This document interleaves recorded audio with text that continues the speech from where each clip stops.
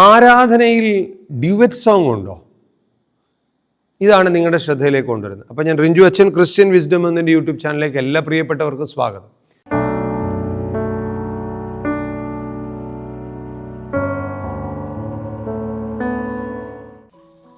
ഞാൻ ഈ വിഷയം പറയുമ്പോൾ തന്നെ ചില പ്രശ്നങ്ങൾ എനിക്ക് ഉണ്ടാവുമെന്ന് എനിക്കറിയാം.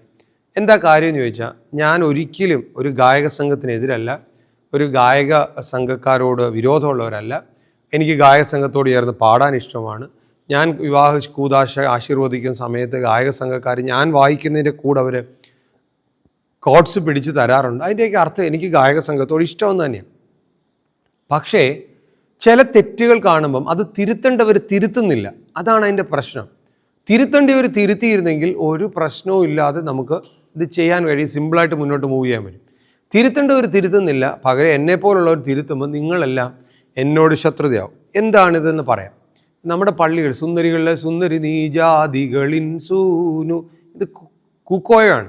ഈ കൂക്കോയ രീതിയിൽ പാടുന്ന സമയത്ത് ഒരു വരി അതിനകത്ത് ഗായക സംഘത്തിരിക്കുന്ന സ്ത്രീകൾ പാടും, ഒരു വരി പുരുഷന്മാർ പാടും, പിന്നെ മേളത്തെയും താഴത്തെയും 2 വരികൾ ഒരുമിച്ച് പാടും. അങ്ങനെ ഒരു സിസ്റ്റം നമ്മുടെ ആരാധനയിലില്ല.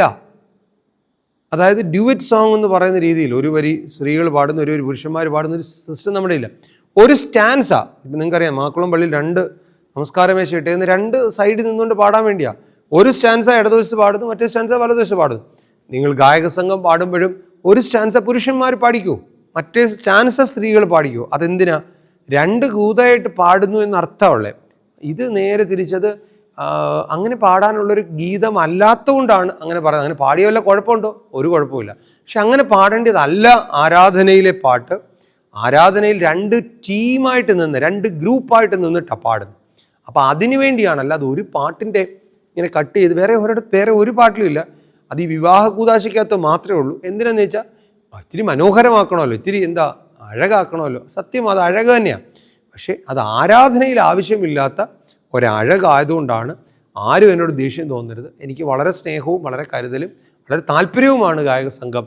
കാരണം ലീഡ് ചെയ്താൽ പ്രശ്നമില്ലാതെ അത് നടക്കാനായിട്ട് സാധിക്കും. മറ്റൊരു വിഷയമായിട്ട് വീണ്ടും കാണാം. ദൈവം അനുഗ്രഹിക്കട്ടെ.